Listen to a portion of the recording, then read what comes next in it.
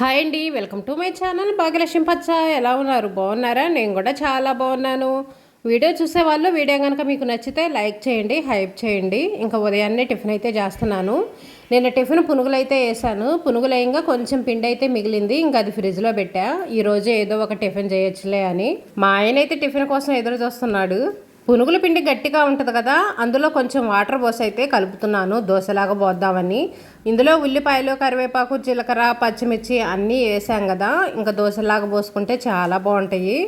పిండి అయితే దోశల పిండి కాదు, ఇడ్లీ పిండి కొంచెం మిగిలింది. ఎంత కొంచెమే, ఒక గంట సుమారు అయితే ఇడ్లీ పిండి ఉంది. అందులోనేమో ఎక్కువ గోధుమ పిండి అయితే వేసాను, కొద్దిగా ఏమో బియ్యం పిండి అయితే వేసా. ఇంకా మొత్తం కలిపేసి పునుగుల్లాగా అయితే వేసాను. ఇంకా కొంచెం పిండి మిగిలింది కదా, అదే దోశలాగా పోస్తున్నా.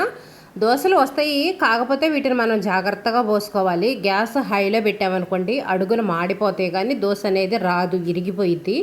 గ్యాస్ అనేది సిమ్లో ఉండాలి, సిమ్లో పెట్టే మనం దోశ పోసుకోవాలి.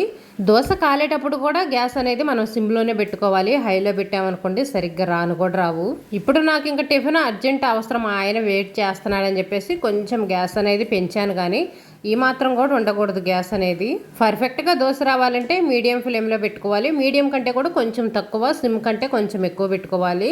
నేను గ్యాస్ కొంచెం ఎక్కువ పెట్టాను కదా, అందుకే కొంచెం లైట్గా అయితే ఇంకా ఇలాంటి టిఫిన్లో పిల్లకాయలు తినమంటే తింటారా? అసలు తినరు. ఇంకా దోశలు అయితేనేమో మేము పోసుకున్నాము, వాళ్ళైతేనేమో ఇంకా సపరేట్గా ఇదిగోండి చక్కగా నూడిల్స్ చేసుకొని అయితే తింటున్నారు.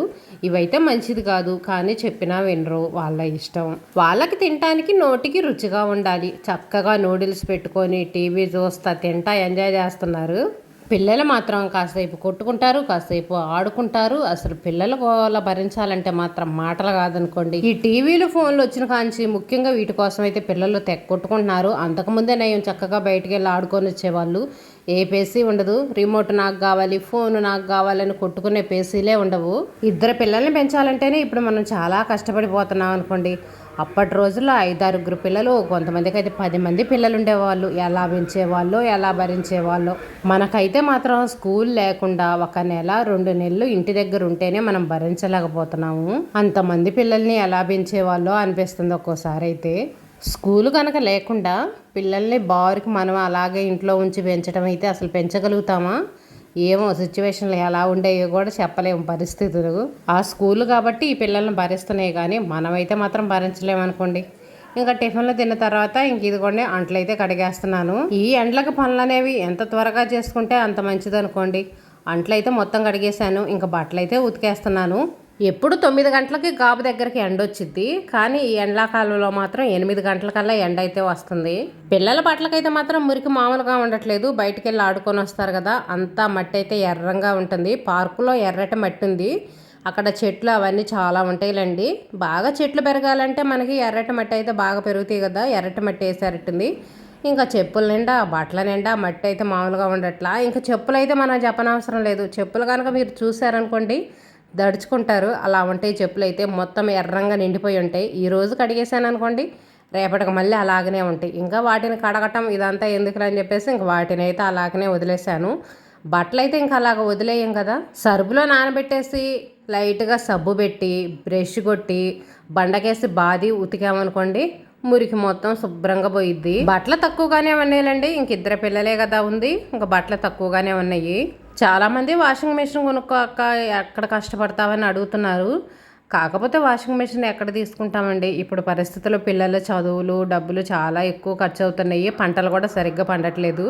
ఇంకా అప్పుడు మళ్ళీ ఇంక ఇవన్నీ వేస్ట్ ఖర్చులు ఎందుకులే అని చెప్పేసి వేస్ట్ ఖర్చు ఏం కాదు, మనకు పని అనేది తక్కువగా ఉంటుంది.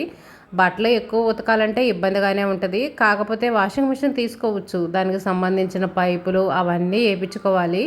అన్నీ రెడీగా అయితే లేవు మాకు, పైన ట్యాంకీ లేదు కదా. ఇంకా ట్యాంకీ లేనప్పుడు మళ్ళీ వాషింగ్ మిషన్ పెట్టుకోవాలన్నా ఇంకా చాలా పని ఉంటుంది. ట్యాంకీ తెచ్చుకోవాలి, వాటికి పైపులు వేసుకోవాలి, ఇంక ఇదంతా చాలా ప్రాసెస్ అయితే ఉంటుంది, చాలా కష్టం. చూద్దాం, ప్రస్తుతానికైతే ఆలోచన అయితే లేదు. గొంతులో అయితే నీళ్లు మరకలు మరకలుగా ఉన్నాయి, అందుకని అయితే కడుగుతున్నాను. నీళ్లు మరకలు ఎందుకు అనుకుంటున్నారా? అక్కడ పట్ట కనిపిస్తుంది చూడండి గోడ మీద, ఆ పట్ట అయితే నేను బాత్రూమ్ కడేస్తాను. పట్ట మొత్తం అయితే తడిచిపోయింది ముద్దలాగా, ఆ తడిచిపోయిన పట్ట తీసుకొచ్చి గోడ మీద వేసాను కదా, ఆ నీళ్ళు మొత్తం కారి ఇంకా పట్ట కలర్ కూడా వచ్చింది కదా, అందుకని మొత్తం ఆరిపోయిన తర్వాత ఏమైంది, మొత్తం మరకలాగా కనిపిస్తుంది చూడండి. నీళ్ళు మొత్తం ఎర్రంగా ఎలా వస్తున్నాయో. ఈ పట్ట తడిసిపోవడానికి కారణం కూడా మా పిల్లకాయలేను. బాత్రూంలో మాకైతే గాబు ఉంటుంది. ఆ గాబులో నీళ్ళు ఉన్నాయి కదా, అందులో అయితే స్విమ్మింగ్ చేశారు. గాబు నిండా నీళ్లు లేవులేండి, గాబు సగానికి నీళ్ళు ఉన్నాయి. వాళ్ళు స్విమ్మింగ్ చేస్తామని చెప్పి గాబు సగానికి నీళ్ళు ఉంచమన్నారు. ఇంకా గాబు సగానికి అయితే నీళ్ళు ఉంచాను. ఆ నీళ్ళలో స్విమ్మింగ్ అయితే చేశారు. ఇంకా బతిమలాడారు, ఈ ఒక్కరోజే ఎప్పుడూ చేయము. ఇంకా పిల్లలు అంతగా అడుగుతున్నారులే పాపం, ఎంజాయ్ చేస్తారులే ఒక్కరోజు అని చెప్పేసి వదిలేశాను. ఇంకా ఫుల్గా గాబు నీళ్ళల్లో అయితే ఎంజాయ్ చేశారు. ఒక్కరోజు మనం చనువిచ్చామనుకోండి, తర్వాత రోజు కూడా చేస్తామని అడుగుతారు. ఒక్కరోజే, ఇంకా తర్వాత రోజు చేయడానికి వీల్లేదని చెప్పి మరి ఇంకా ఒక్కరోజు పర్మిషన్ అయితే ఇచ్చాను. ఆ ఒక్కరోజు మాత్రం ఫుల్ ఎంజాయ్ చేశారు. ఒక్కరోజు ఎంజాయ్ చేసినందుకే చూడండి నాకు ఎంత పని ఉందో. ఇంకా బాత్రూంలో గాబు మొత్తం శుభ్రంగా కడిగేసి కవర్లు అవన్నీ పెట్టేసి నీళ్లు పట్టాలి, మళ్ళీ ఆ వాటర్ అన్నీ తీసేయాలి కదా, మళ్ళీ అదొక పని. కూరగాయల పరిస్థితి చూడండి ఒకసారి ఎలాగుందో. కూరగాయలు అయితే కొనే పరిస్థితి అయితే అసలు లేవు, చాలా రేట్లు ఎక్కువగా ఉన్నాయి. కేజీ అయితే 50 రూపాయలంట. ఏ కూరగాయలైనా సరే కేజీ 50 రూపాయలంట. ఒక టమాటాలు 40 రూపాయలు, బంగాళదుంప 40 రూపాయలు, ఇంకా అన్నీ 50 రూపాయలే ఉన్నాయి. ఇంత రేట్లు ఉన్నప్పుడు మనం ఎక్కువ తీసుకోవాలంటే తీసుకోలేము. అందుకని చెప్పేసి అన్ని పావు కేజీలే తీసుకున్నాను. మొత్తం పావు కేజీలే. దొండకాయలు, బెండకాయలు ఇవన్నీ పావు కేజీలు తీసుకుని కూడా ఇంకా పిల్లలు ఇష్టంగా తింటారు కదా అని చెప్పేసి పావు కేజీలు అయితే తీసుకున్నాను. ఈ ములక్కాయ అయితేనేమో కాయ 10 రూపాయలంట, 2 కాయలు తీసుకుంటేనేమో 25 రూపాయలంట. అందుకని 2 ఎందుకులు అని చెప్పేసి ఒక్క కాయ తీసుకున్నాను. ఇది కూడా ఏందో ముదిరిపోయినట్టుగా ఉంది, ఎలా ఉంది. ఫ్రిడ్జ్లో పెడదామంటేనేమో ఫ్రిడ్జ్లో మామిడికాయలు ఉన్నాయి. కూరగాయల బాక్స్ నిండా మామిడికాయలు పెట్టాను, మామిడికాయలు పాడైపోతాయేమోనని. ఫ్రిడ్జ్లో కూడా ఖాళీ లేదు. రాత్రి తీసుకున్నాను ఈ కూరగాయలు, ఇంకా కవర్లో అంతే ఉంచేసాను. ఇంక ఇప్పుడైతే కూర చేయాలి. ఈ కూర కూడా దొండకాయలు ఉన్నాయి కదా, పావు కేజీ నేను తీసుకున్న దొండకాయలు. ఈ దొండకాయలతో ఈరోజు 2 రకాల కూరలు అయితే చేయాలి, పావు కేజీ దొండకాయలతోటి. పిల్లల కోసం ఏమో కొంచెం ఫ్రై చేద్దాం అనుకుంటున్నాను. మా కోసం అయితేనేమో టమాటాలు వేసి కూరలాగా చేస్తాను. దొండకాయ టమాటా కూర, దొండకాయ ఫ్రై 2 చేయాలి. ఎలా ఉంటుందో మరి, సరిపోయిందో చాలదో. ఫస్ట్ దొండకాయలు అయితే కట్ చేస్తున్నాను. దొండకాయలు కట్ చేయడానికి కూడా మనకు టైం కొంచెం ఎక్కువే పట్టిద్ది. పావు కేజీ దొండకాయలు కాబట్టి ఎక్కువ టైం పట్టదులే, కానీ కొంచెం ఎక్కువ దొండకాయలు కట్ చేసుకోవాలంటే మాత్రం కొంచెం టైం ఎక్కువే పట్టిద్ది. దొండకాయలు కట్ చేయడానికి మనకి మిషన్ లాంటివి ఉంటాయి చూడండి, కూరగాయలు కట్ చేసే కట్టర్స్ ఉంటాయి కదా, అవి తెచ్చుకోవడం అయితే మంచిది, మనకు త్వరగా పని అయిపోయిద్ది. ఇది ఒక్కోటి కొయ్యాలంటే మాత్రం కష్టంగా అనిపించిద్ది. చాక్తో కట్ చేయడం మాత్రం నా వల్ల అయితే అసలు కానే కాదు. ఏదో 1-2 కూరగాయలు అయితే నుంచొని అలా కట్ చేస్తా, కానీ ఎక్కువ కూరగాయలు కట్ చేయడం మాత్రం అసలు వల్ల కాదు. అది ఉల్లిపాయలు, టమాటాలు ఇలాంటివి అయితే చాక్తో కట్ చేస్తా, కానీ ఇంక ఇలాంటి దొండకాయలు కానీ వేరే కూరగాయలు ఏవైనా సరే కొంచెం చాక్తో కట్ చేయాలంటే నాకు కష్టంగా అనిపించింది, త్వరగా రాదు, చాలా లేట్ అయింది. అందుకోసం అని చెప్పేసి నేను చక్కగా కత్తెపెట్టి పెట్టుకొని ఇలా కూర్చొని కొన్ని వాటర్ తీసుకొచ్చుకొని కూరగాయలు చక్కగా కడిగేస్తే ఒక ప్లేట్ తీసుకొని ఈ విధంగా అయితే కూరగాయలు కోస్తాను. ఇలా చేస్తే నాకు ఎన్ని కూరగాయలు కట్ చేసినా సరే అలసట అనిపించదు, చాలా హాయిగా ఉంటుంది. ఇంకా దొండకాయలు, టమాటాలు, ఉల్లిపాయలు అయితే కట్ చేశాను. ఇంక ఇదిగోండి కొన్ని దొండకాయలు అయితేనే ఫ్రై చేశాను, ఇవి పిల్లల కోసం. ఈ బాండీ గురించి అడక్కండి, ఇంకా అప్పుడప్పుడు వాడాల్సి వచ్చింది, తప్పదు. దీన్ని మార్చాల్సిన టైం వచ్చినప్పుడైతే మార్చేద్దాంలేండి. ఇంకొకటి అయితేనేమో ఇదిగోండి దొండకాయ టమాటా కూర చేశాను. ఇదైతేనేమో మాకు అలవాటే, నేను అప్పుడప్పుడు చేస్తూ ఉంటాను. చాలా బాగుంటుంది, చేసుకోండి దొండకాయ టమాటా కూర, టేస్ట్ బాగుంటుంది. ఇందులో మనం ఏ మసాలా వేసుకోవాల్సిన అవసరం లేదు. కొంచెం కరివేపాకు వేసుకొని కూర చేసుకున్నాం అనుకోండి, చాలా బాగుంటుంది. కారం ఎలాగో మసాలా కారం కొట్టిస్తాం కదా, మనం ప్రత్యేకంగా మళ్ళీ కూరలో మసాలా వేసుకోవాల్సిన అవసరం ఉండదు. ఎక్కువ మసాలా వాడినా కానీ మనకి గ్యాస్ట్రిక్ ప్రాబ్లం అదంతా వస్తుంది. అందుకని నేనైతే ఓన్లీ చికెన్లో తప్పనిచ్చి ఎక్కువ శాతం మసాలా అయితే వేయం మేము. కూర కొంచెం ఎక్కువ రావడానికి ఫ్రైలో 2 ఉల్లిపాయలు కట్ చేసి వేసాను, పులుసు కూరలో 1 ఉల్లిపాయ వేసాను. ఎందుకంటే మనం కొంచెం చారుగా చేసుకుంటాం కాబట్టి కొంచెం కూర అనేది కొంచెం ఎక్కువే వచ్చింది కదా, అందుకని 1 ఉల్లిపాయ వేసాను. ఫ్రైలో మాత్రం 2 ఉల్లిపాయలు వేసాను. ఇంకా పిల్లలకి మాకైతే సరిపోయిద్ది. పావు కేజీ దొండకాయలతో ఇంకా 1 పూటకి కూర అయితే చేసేసాను. ఇంకా కూలర్లో నీళ్ళు అయితే పోస్తున్నాను. మధ్యాహ్నం పూట చక్కగా స్నానం చేసి కూలర్ వేసుకొని అన్నం తింటా టీవీ చూస్తుంటే హాయిగా ఉంటుంది. తర్వాత పడుకున్నాం అనుకోండి, అసలు ఇంకా ప్రాణానికి ఎంత హాయిగా ఉంటుందో, గాల్లో తేలిపోతున్నట్టుగా ఉంటుంది.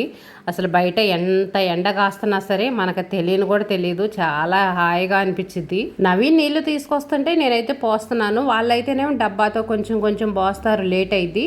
నేను అనుకోండి బకెట్ పట్టుకొని పోస్తా కదా ఒకేసారి, ఇంకా ఎక్కువ లేట్ అవ్వదు. అందుకని చెప్పేసి వాళ్ళు నీళ్లు తీసుకొస్తుంటే నేను పోస్తాను.